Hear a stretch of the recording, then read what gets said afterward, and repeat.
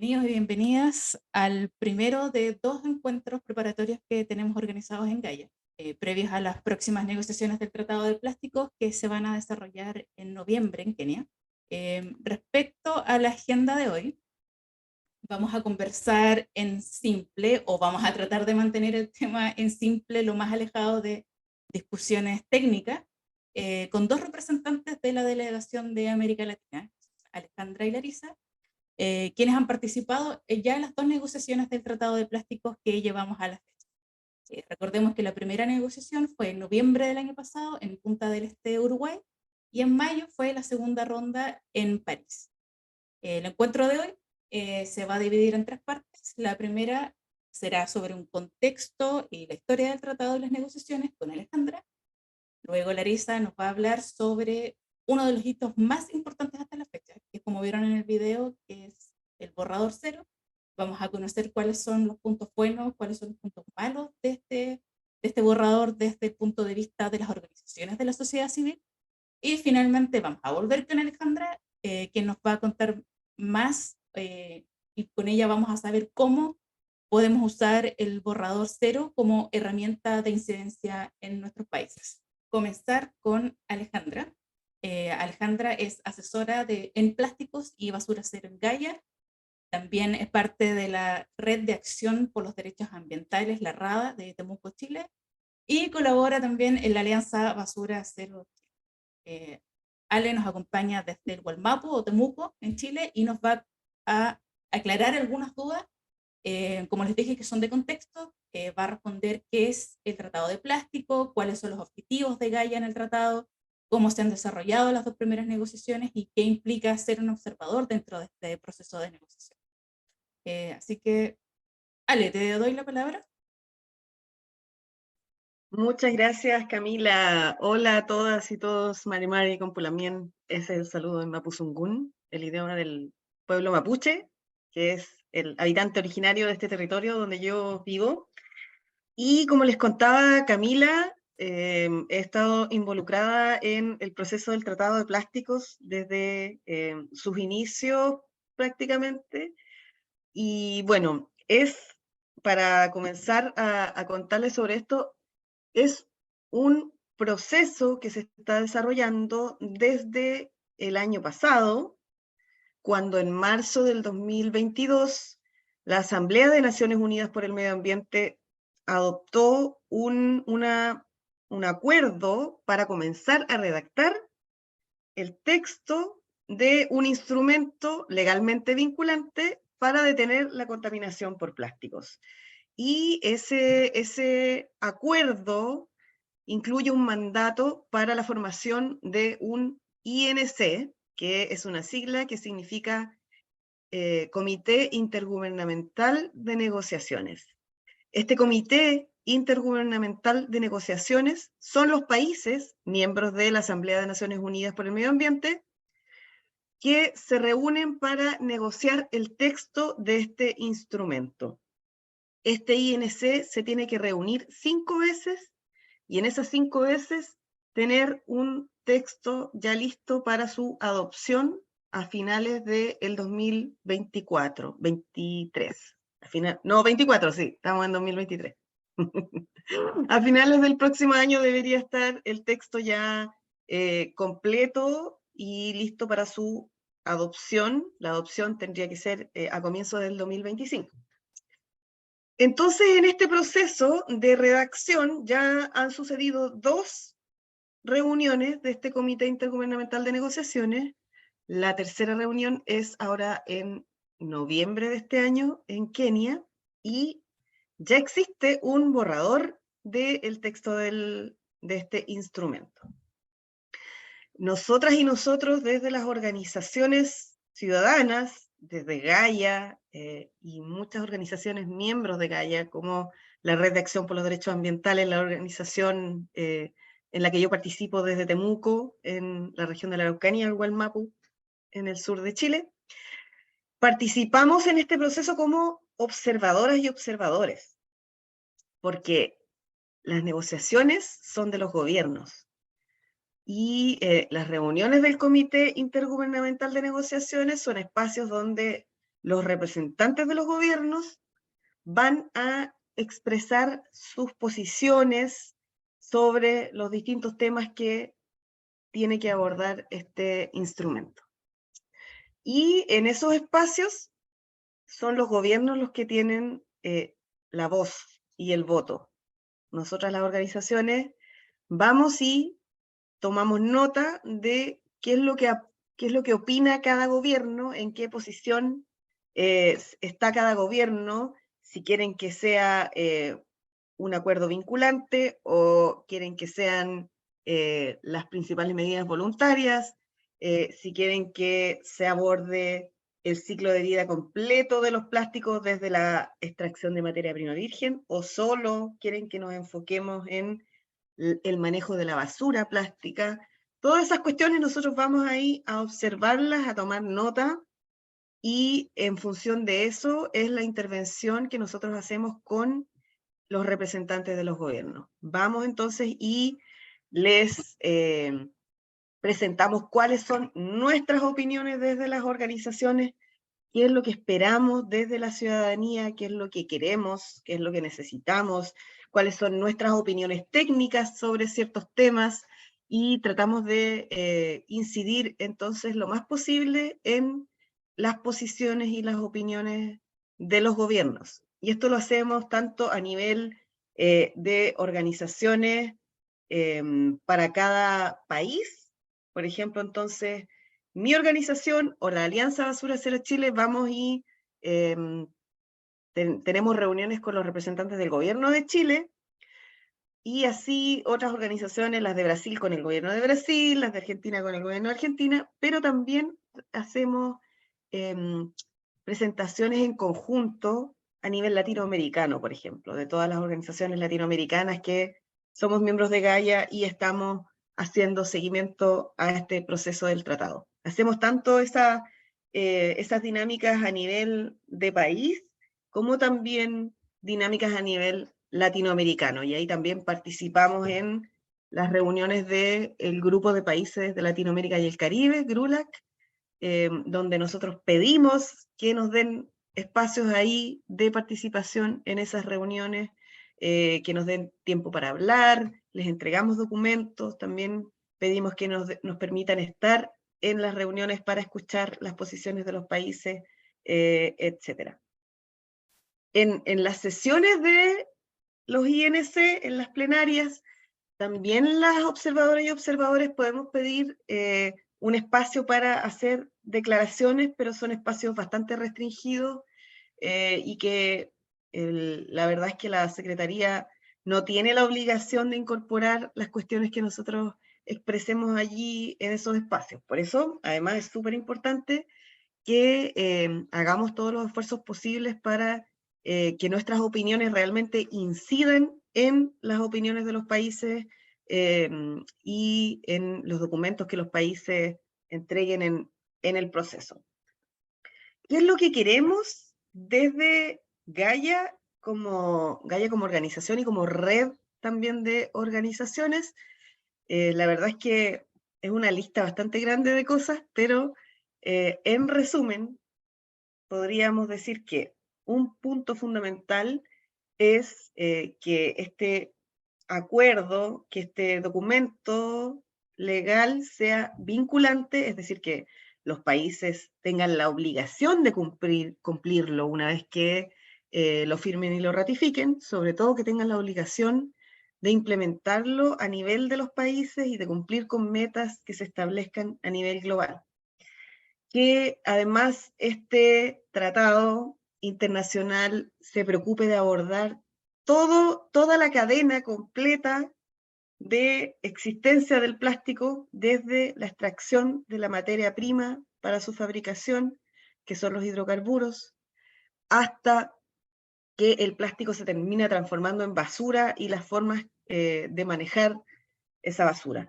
Que este instrumento aborde cada una de las etapas de esa cadena de destrucción del plástico. Se le llama muchas veces ciclo de vida, pero la verdad es que no es cíclico y tampoco genera vida, así es que por eso yo le digo cadena de destrucción, porque además provoca severos daños ambientales, sociales también, a la salud de las personas y del ambiente en cada una de esas etapas, y entonces este tratado tiene que preocuparse de abordar cada una de esas etapas de la cadena de destrucción del plástico.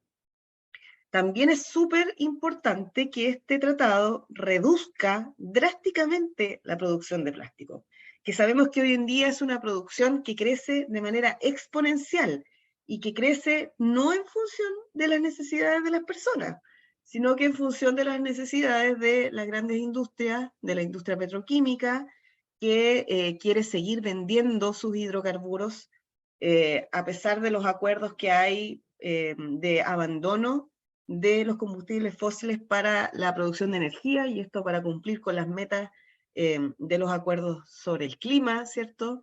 El Acuerdo de París, que establece una meta de permitir que el calentamiento global llegue solo a 1,5 grados Celsius, y para cumplir con eso, los productores de hidrocarburos van a tener que, ya no van a poder vender todos sus hidrocarburos para producir energía. Entonces, por eso es que ellos están destinando sus hidrocarburos a la producción de plástico, y por eso es que tenemos cada vez más y más y más plástico dando vueltas en el planeta.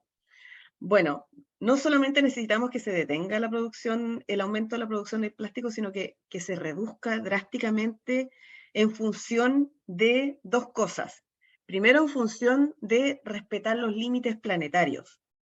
Y esto significa que la producción de plástico tiene que ser reducida de tal forma que el plástico que se genere, primero, permita alcanzar la meta de detener el calentamiento global hasta los 1,5 grados, y sabemos que el plástico se fabrica a partir de los hidrocarburos, entonces los plásticos compiten con el uso de los hidrocarburos en el presupuesto de carbono que hay, es decir, cuánto carbono, cuánto petróleo podemos usar para lograr cumplir con esa meta de 1,5 grados de calentamiento global, y también para respetar los límites planetarios en cuanto a cuántas sustancias químicas, cuánta contaminación puede manejar el planeta sin destruir la biosfera, sin destruir los ciclos vitales. Y en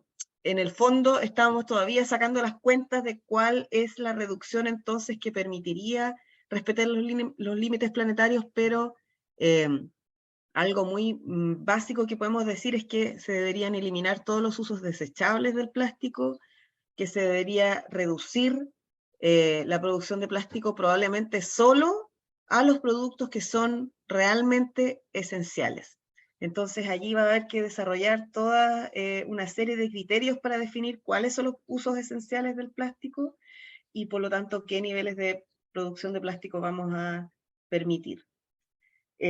También algo fundamental que hay que considerar tanto en las metas de reducción de la producción de plástico como en el abordaje de la cadena completa de destrucción del plástico es la protección de los derechos humanos. Porque sabemos que el plástico, desde que se extrae la materia prima virgen para su fabricación, pasando por las fábricas del plástico, también por el uso que se le da al plástico. Luego, cuando el plástico se desecha, cuando el plástico es reciclado o cuando es manejado como basura o cuando queda liberado en el ambiente, en todas esas etapas se dañan los derechos humanos y sobre todo de los sectores más vulnerados de nuestras sociedades. Entonces, es muy importante que se considere el respeto y la protección de los derechos humanos como un objetivo de este instrumento, y que en función de eso también se establezcan las metas. También queremos que haya un enfoque basura cero, es decir, no solamente que se prohíba, por ejemplo, el uso de plástico desechable y se cambie el plástico desechable por otro material desechable. Sabemos que si se usa, por ejemplo, papel o algún material que se fabrica a partir de, perdón, a partir de algas, por ejemplo. Si esto mismo se hace al mismo nivel, a la misma escala que se hace hoy en día con el plástico, va a generar enormes daños ambientales de todas maneras en los territorios donde se fabriquen esos materiales. Entonces no basta con reemplazar el plástico por otro material, sino que en verdad hay que desarrollar nuevos sistemas de distribución de los bienes, por ejemplo, sistemas de rellenado, de reutilización, de venta a granel, de producción a nivel local, ¿cierto? Y consumo a nivel local, y en el fondo tener un enfoque basura cero para la implementación de las soluciones alternativas a lo que está sucediendo hoy en día con el uso del plástico.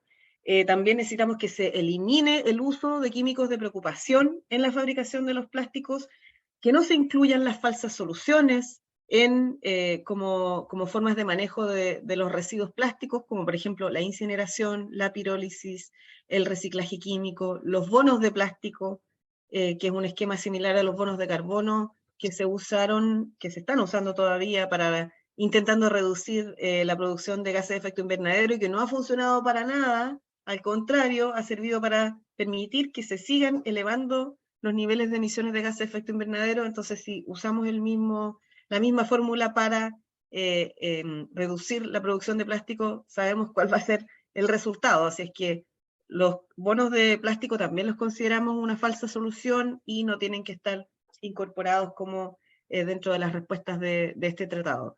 Una transición justa para los sectores que se van a ver que se les va a, de alguna manera, dificultar su trabajo, como los recicladores y las recicladoras de base, entonces que estén incorporados también en las negociaciones y puedan pensar y planificar cómo adaptarse a las nuevas condiciones que se van a generar cuando se implemente el tratado, ¿cierto? Y que estas nuevas formas de trabajar sean decididas con los sectores que van a haber dificultado su trabajo y no que se les impongan simplemente estas soluciones. Así es que eso es parte de lo que necesitamos, que se establezcan fórmulas de transición justa, en especial para los recicladores de base, también para la gente que trabaja con plástico en general, y que hayan metas que sean vinculantes, es decir, obligatorias de cumplir para todos los países que firmen y ratifiquen este tratado. En resumen, eso es lo que esperamos de este proceso. Gracias. Muchas gracias, Ale. El tema seguro da como para 3 horas conversando, pero el contexto aquí es lo que queríamos plantearle a las personas que nos acompañan hoy, idealmente que se entusiasmen y que puedan hacer seguimiento a las negociaciones. Y qué importante lo que dijiste, cuánta contaminación puede aguantar el planeta con esta cadena de destrucción, probablemente ya nada más. Entonces, cada decisión que se tome hay que tomarla en cuenta, hay que discutir, hay que salir a pelear cada punto y cada coma que va a tener este tratado de plástico. Así que muchas gracias, Ale. Y ahora vamos a continuar con Larisa, que está... ¿Dónde estás, Larisa? Hola, hola, buenos días, buenas tardes. Natalia, si puedes cambiar la presentación a la siguiente lámina. Por mientras yo presento a Larisa. Larisa es abogada y no solamente es abogada, dentro de las negociaciones del INC también trabaja en cierto modo como traductora porque nos traduce todos los temas técnicos y las cosas que no logramos entender porque no somos abogados, así que también es como abogada traductora. Es parte de Acción Ecológica México y de la colectiva Malditos Plásticos. Además, Larisa es valiente. Tengo que decir que es muy valiente porque Larisa estuvo de cumpleaños ayer y está conectada a las 8:30 de la mañana para poder compartir con nosotros la información que tiene preparada para hoy. Así que también se pueden aprovechar de dejarle saludos, cariños, porque no cualquiera se levanta a las 8:30 de la mañana después del cumpleaños. Así que bienvenida, Larisa. Y Larisa nos va a responder o nos va a contar qué es el borrador. qué puntos buenos, qué puntos malos tiene desde el punto de vista de las organizaciones de la sociedad civil, en particular de América Latina, cómo se va a abordar el borrador en las próximas negociaciones y qué podríamos esperar del próximo INC que ya se acerca. Larisa, te dejo la palabra y muchas gracias por acompañarnos. Gracias, Cami.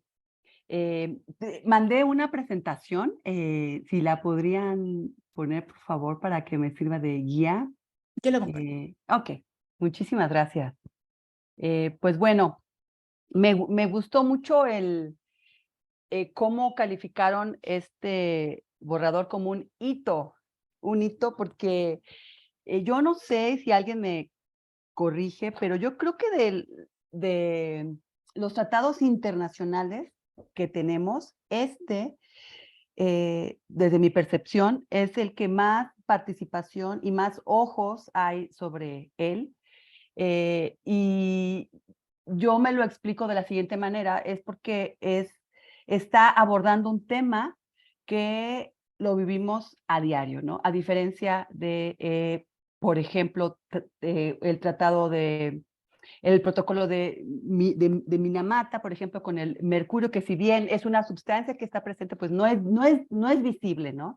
Entonces, el plástico es especial porque tiene dos dimensiones, una visible, que es la que lamentablemente vemos a diario en las calles, en los mares, en los ríos, en las barrancas, en muchas partes, pero tiene una parte invisible, que es esta parte de todas estas sustancias químicas tóxicas, aditivos, con las que estamos en contacto la mayor parte del tiempo, ya sea en la ropa, en los juguetes con los niños, en los útiles escolares, los lapiceros, las plumas. O sea, estamos en contacto directamente casi todo el día con este material y desconocemos que probablemente estamos expuestos a una gran variedad de sustancias químicas. Entonces, me gusta mucho que se le llame de esta manera, porque es un documento que ha sido muy observado ya, no solamente por los países ni por la industria involucrada, sino también ya por muchas organizaciones de la sociedad civil y también por comunidades afectadas e impactadas directamente por la contaminación plástica. Entonces, si podemos pasar a la siguiente, por favor. Bueno, como ya bien explicó Alejandra, vamos hacia la tercera reunión del Comité Intergubernamental en noviembre, y en esta reunión la base de las negociaciones ya va a ser este documento llamado borrador cero o borrador preliminar, para que después en las siguientes reuniones, Canadá, Corea, no, todavía no, por favor, podamos contar ya con un documento definitivo que pueda en 2025 ya iniciar este proceso de firma. O sea que tenemos muy poco tiempo pues es mucho trabajo, mucho dinamismo por parte de todas las organizaciones para que por el 2024 ya podamos tener un texto final. Ahora sí, por favor, la que sigue. Y bueno, ¿qué es el borrador cero o el documento o el borrador preliminar? Bueno, este es el documento base, es el base para que se desarrolle o se redacte este instrumento jurídico internacional que por mandato, ahí les puse el número de la resolución 5/14 del 2 de marzo del 2022, se calificó de que tiene que ser jurídicamente vinculante, que ya lo explicó también Alejandra, es decir, obligatorio en su cumplimiento para las partes, sobre la contaminación por plásticos, incluido el medio marino.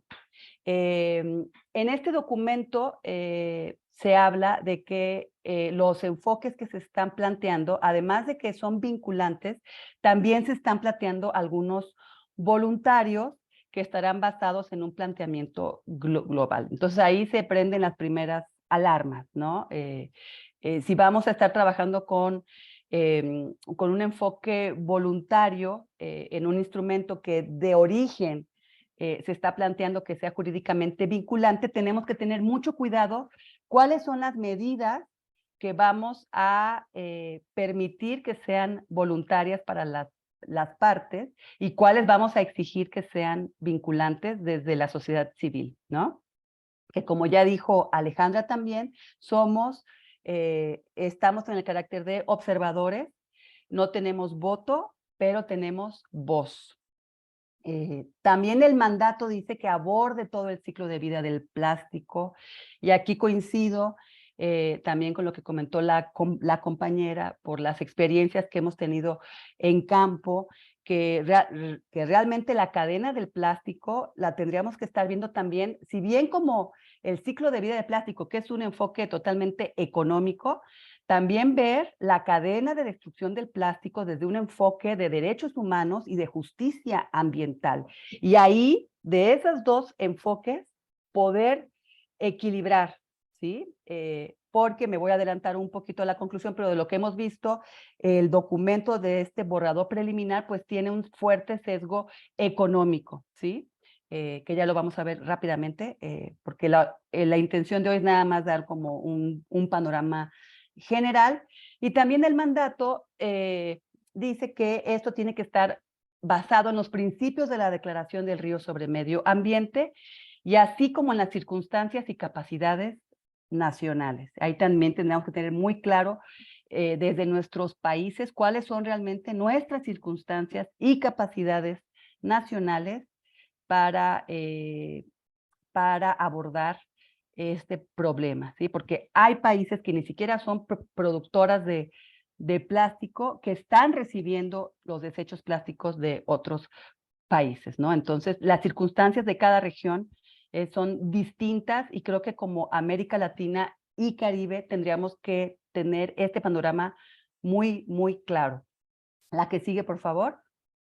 Y bueno, este es la foto del índice del borrador preliminar, un documento complejo, un documento que está estructurado en 8 apartados, tiene 101 notas de pie que son muy interesantes y que ayudan a comprender el por qué se está estableciendo cierta medida o de dónde o de qué otro tratado internacional se está inspirando esa medida. Entonces es muy educativo realmente poner atención a las notas de pie.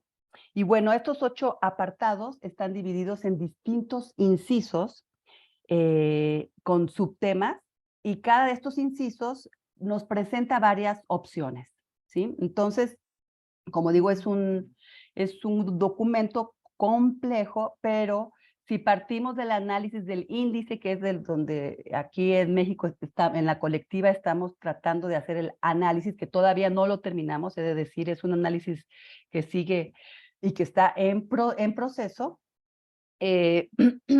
nos puede dar como un mapa de la lógica de cómo se plantearon los temas en este documento preliminar. Y vemos en la parte primera, no me voy a poner a leer todo el índice, no se asusten, pero la parte primera, por ejemplo, van a ver que dice marcador de posición, en donde dice definiciones, principios, alcance. Esto quiere decir que está abierto en las futuras reuniones a que los países aporten ahí sus propuestas, ¿sí? La parte 2, que es una de las partes que hemos estado analizando, habla o trata de abordar el problema desde el enfoque del ciclo de vida de los plásticos. Sin embargo, del análisis que hemos hecho, vemos que está planteado, no vemos un equilibrio en cuanto a las medidas para cada una de las etapas del ciclo de plástico, y vemos con preocupación que la parte de aguas arriba, o la parte llamada también upstream, parte de los productos plásticos y de la producción de las sustancias químicas y polímeros peligrosos, y no se va un poco más atrás, que es todas estas sustancias precursoras de los plásticos que se basan en petróleo, en el etano y en el metano para producir esta sustancia que se llama etileno, que esta sustancia etileno, más del 78%, o más bien del 78% del etileno que se produce es para fabricar plásticos. Entonces ahí hace falta un poquito más de investigación para saber cómo podría entrar o cómo podríamos proponer que los precursores del plástico puedan estar aquí en este apartado. Después, si quieres, pasamos a la siguiente. Este es un ejemplo de cómo están plasmados. Vemos, por ejemplo, en el objetivo nos presenta dos opciones y para después presentar subopciones que podrían enriquecer alguna de esas dos opciones. Entonces, si hay alguna pregunta, por favor, adelante, me pueden interrumpir para no perder para que no se nos vaya. Bueno, este es un ejemplo de cómo está redactado. Si quieren, pasamos a la siguiente, por favor. Y bueno, uno de los puntos positivos que hemos visto en este borrador preliminar es que, a ver, perdón, se me pasó aquí que esta petición que se hizo desde todas las organizaciones y muchos de los países es que se aborde de una perspectiva de la salud humana, de los ecosistemas y del medio ambiente, ¿sí? Otro de los puntos positivos que vemos que está contenido en este documento es que habla de transición justa, pero como ya lo mencioné, está hablando desde un enfoque económico, y aquí nos preguntamos, sí, o sea, transición justa es muy necesario para todas las personas que están dedicadas al acopio, a la separación y que merecen una vida digna, unas condiciones de trabajo digno y que sean tomadas en cuenta. Pero ¿qué pasa, por ejemplo, con estas comunidades que están siendo afectadas ya directamente por la contaminación plástica, que ya sufren enfermedades por toda esta cadena de contaminación química que ya está en sus cuerpos o por ecosistemas que ya están colapsados, ¿no? Desde la colectiva Malditos Plásticos hablamos de territorios colapsados por plástico y creo que esto no está incluido en este primer documento y creemos que es importante abordarlo. También se habla de una financiación diferenciada de acuerdo al nivel de responsabilidad, el clásico principio de responsabilidades comunes y diferenciadas para financiar que se pueda cumplir este tratado. Sin embargo, en la lectura de este primer borrador, vemos que una de las partes que son el alma para una interpretación jurídica, que son las definiciones, pues aún no las tenemos. Entonces, mientras no tengamos claro de qué estamos hablando cuando decimos un manejo ambientalmente racional, o de qué estamos hablando cuando decimos reciclaje, va a ser difícil desde este momento poder hacer una interpretación y poder estar o a favor o en contra de alguna de las opciones si no conocemos las definiciones que son el alma de la interpretación jurídica de cualquier instrumento. La que sigue, por favor. Gracias. Puntos de preocupación. Bueno, como ya dijimos, no tenemos aún las definiciones. Ese proceso de construcción de definiciones va a ser arduo. La próxima reunión, creemos que, bueno, van a ser largas reuniones de negociación en el cual van a brincar ahí los contextos geopolíticos de los distintos países para imponer sus propuestas. También tenemos que tener claros cuáles principios van a regir este instrumento. No está muy claro el tema de la disminución de la producción, que es algo que se ha pedido. Hay un tema acerca de las exenciones los cuales también es un punto de preocupación porque de la experiencia que tenemos a nivel nacional, las dejar abajo cualquier medida de implementación. Un ejemplo es, por higiene o inocuidad, todos los plásticos de un solo uso sí se permiten, ¿no? Como sucedió en una ley local que afortunadamente logramos frenar. No se aborda los precursores del plástico, no hay un enfoque de derechos humanos, y de justicia ambiental en este primer borrador. eh, y la responsabilidad ampliada del productor o la responsabilidad extendida del productor nos preocupa que solamente está dirigido al reciclado y no tenemos clara una definición de reciclaje. Y esto puede abrir la puerta a falsas soluciones como la incineración, la pirólisis, el coprocesamiento, y que los más afectados pues somos los países del sur global, porque incluso hay un comercio transfronterizo de desechos plásticos bajo esta etiqueta de reciclaje sin que los países tengan la capacidad para llevarlo a cabo, y termina quemándose o en hornos cementeros o en terrenos baldíos o en incineradores. La que sigue, por favor.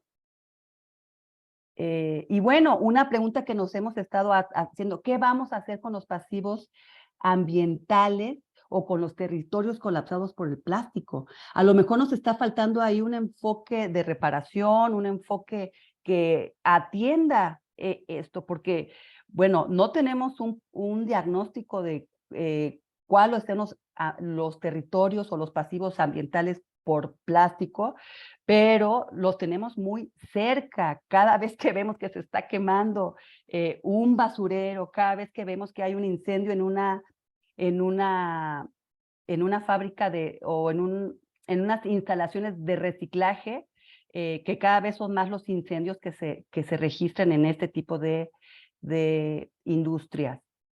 La que sigue, por favor.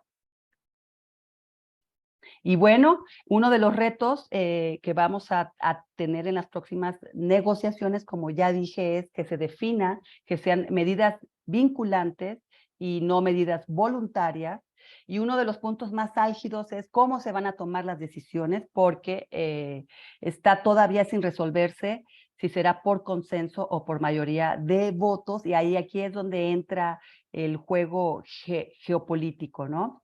Queremos que sea una perspectiva desde los derechos humanos, desde justicia ambiental, que las exenciones sean solamente para los artículos realmente necesarios, y que tengamos también como faro el principio de no regresión, para que todas las medidas que alcanzadas por los países de protección no puedan retroceder, ¿sí?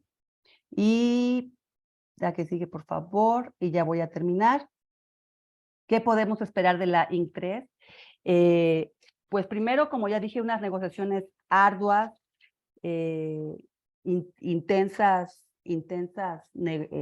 sesiones, con mucha y muy fuerte presencia de la industria haciendo lobbying,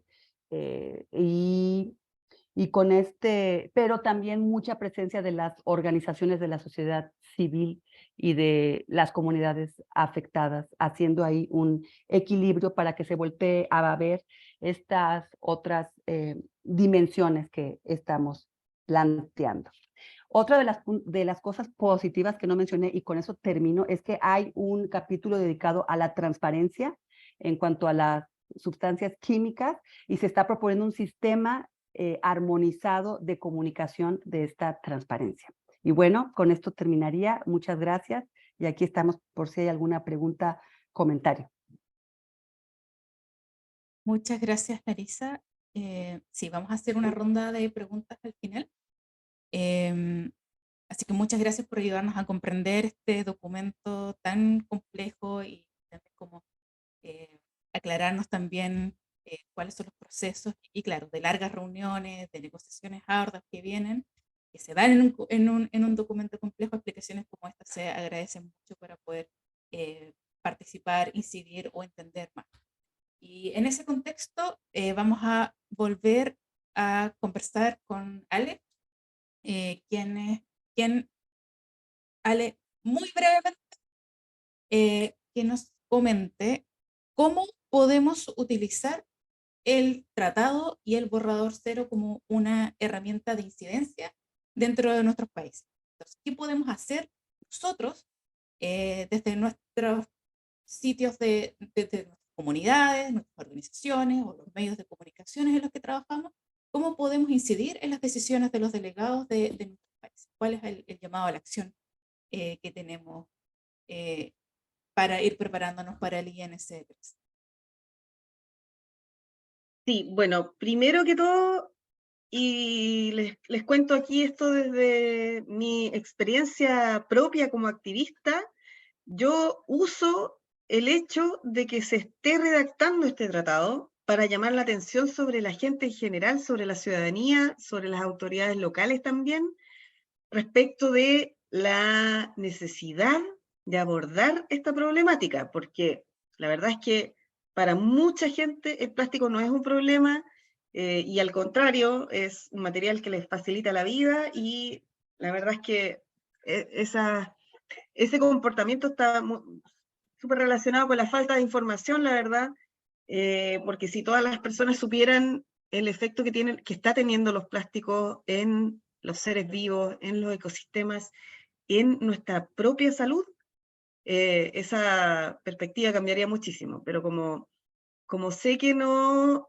existe ese nivel de información por parejo en el público en general, entonces cuando hacemos actividades para levantar la conciencia sobre las personas, sobre la necesidad de abordar esta crisis de los plásticos, yo hago referencia a este proceso del tratado como una prueba del nivel de seriedad que tiene esta problemática. O sea, para que los países hayan tomado la decisión de redactar un tratado global para detener la contaminación por plásticos es un indicador fuerte, ¿cierto?, de la importancia de abordar esto de esta manera.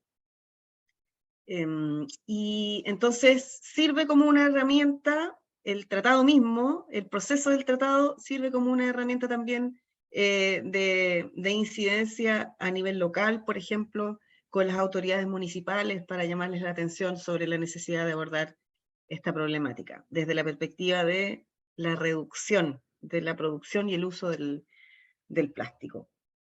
Ahora, también es súper importante, como ya venimos viendo, que la ciudadanía ocupe un rol lo más fuerte posible para incidir en el proceso, porque como bien lo mencionó Larisa, aquí hay intereses contrapuestos, ¿cierto? Y hay sectores que no quieren que se redacte este tratado, o que quieren que sea un tratado lo más suave posible, lo más liviano posible, que tenga las principales medidas sean voluntarias, que las decisiones se tomen por consenso, lo que significa que un solo país puede bloquear toda la toma de decisiones.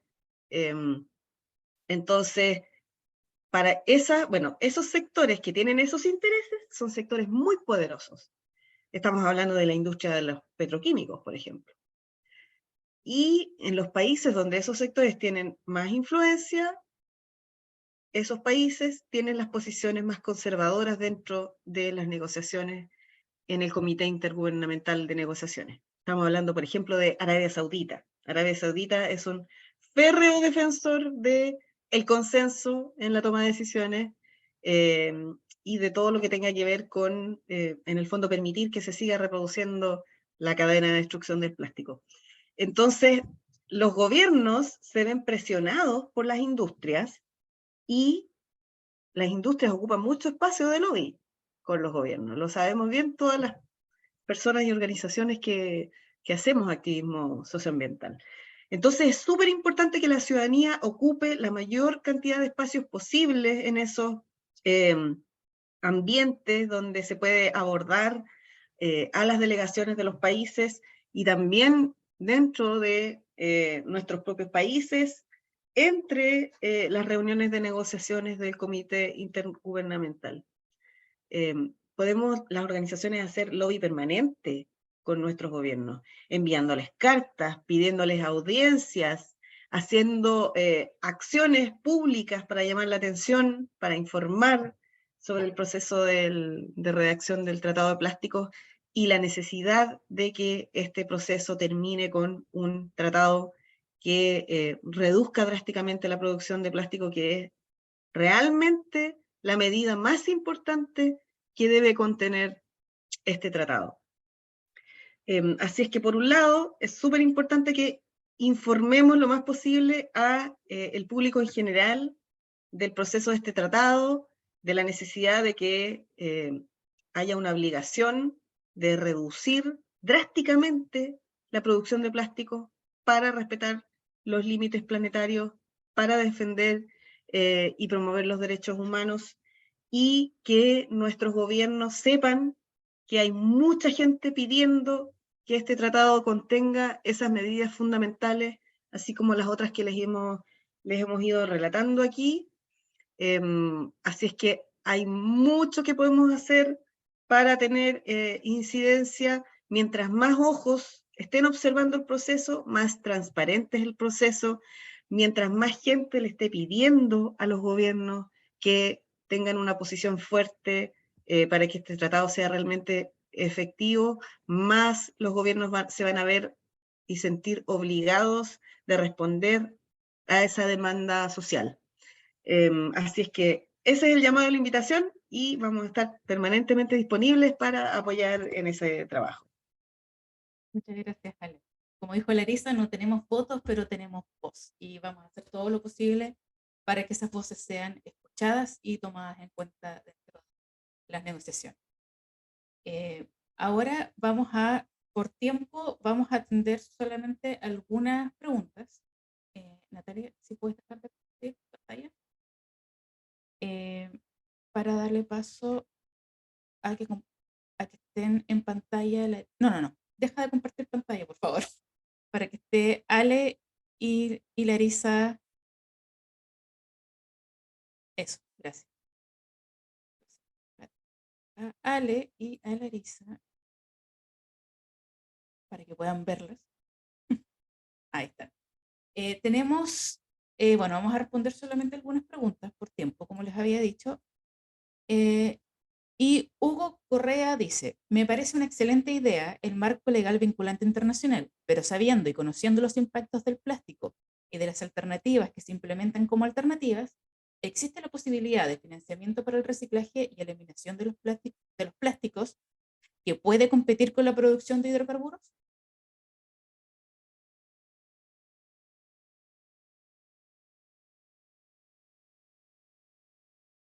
¿Quién va a tomar la palabra?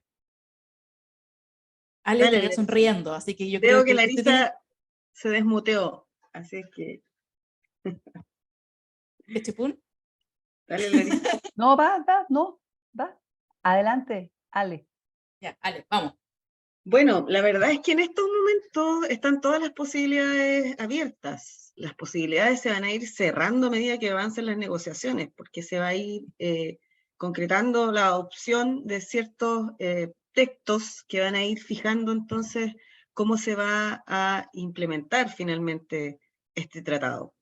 Y desde la perspectiva de las organizaciones miembros de Gaia que promovemos la estrategia basura cero, por supuesto que vemos abierta todavía la posibilidad, y lo que queremos en el fondo es que el plástico no solo sea reemplazado por otro material que siga teniendo el mismo uso y que finalmente tenga el mismo efecto contaminante, ¿cierto? Y de destrucción de los territorios donde se obtiene la materia prima para la fabricación de estos materiales, sino que queremos que se implementen sistemas basura cero. ¿Y esto qué quiere decir? Que los productos estén diseñados para que no sean tóxicos, para que tengan larga duración, para que puedan ser reparados, para que puedan ser reutilizados, y finalmente, como última opción, para que puedan ser reciclados de manera segura. Y esto significa por ejemplo, desarrollar y fortalecer sistemas de retorno de envases, de rellenado, de venta a granel, que son cuestiones que la verdad han existido en nuestros países por décadas antes de que apareciera el plástico y su uso desechable de manera tan generalizada como la tenemos hoy en día. Entonces, el tratado puede contener párrafos, ¿cierto?, que promuevan la inversión en ese tipo de sistemas y que de esa manera se avance hacia el abandono del plástico, el abandono del uso de los combustibles fósiles como materia prima para la fabricación de envases, embalajes, etcétera, pero además que no usemos otro tipo de producción para reemplazar el uso desechable, que igual tendría impactos ambientales negativos y sobre todo en los territorios de nuestros países sudamericanos, que son fuente de la materia prima virgen para muchos procesos industriales que alimentan mercados globales, no solo los mercados de nuestros propios países, y por eso es que esa escala de producción genera estos impactos ambientales, sociales, culturales, tan negativos, destructivos en nuestros países. Así es que todavía yo por lo menos veo todas esas posibilidades ahí disponibles.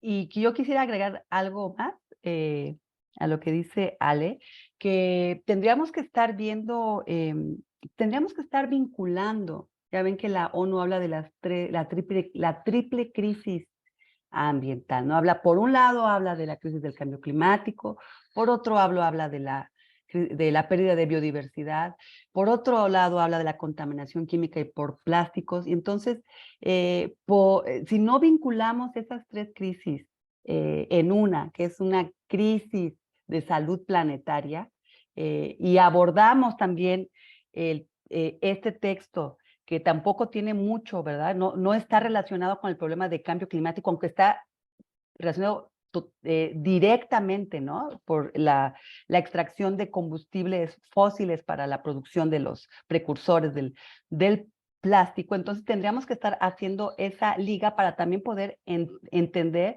que las falsas soluciones que nos están ofreciendo, pues no son, ¿no?, las que necesitamos para salir adelante, vinculando la complejidad de los problemas. Muchas gracias. Vamos con la última pregunta para empezar a cerrar esta sesión. Estamos casi en el tiempo. Ya. Ya un poco pasados, pero Sí, nos somos de pasamos. América Latina, entonces 5 minutos no es nada. Lucía dice el tema de responsabilidades comunes, pero diferenciadas, se refiere solo a que el sur global necesita más financiamiento que el norte global, o que el sur global puede tomarse más tiempo para cumplir con lo que el tratado exija. Porque lo último me parece que puede ser perjudicial. Sí, este principio lo que quiere expresar es que hay una disparidad en la contribución al problema, ¿no?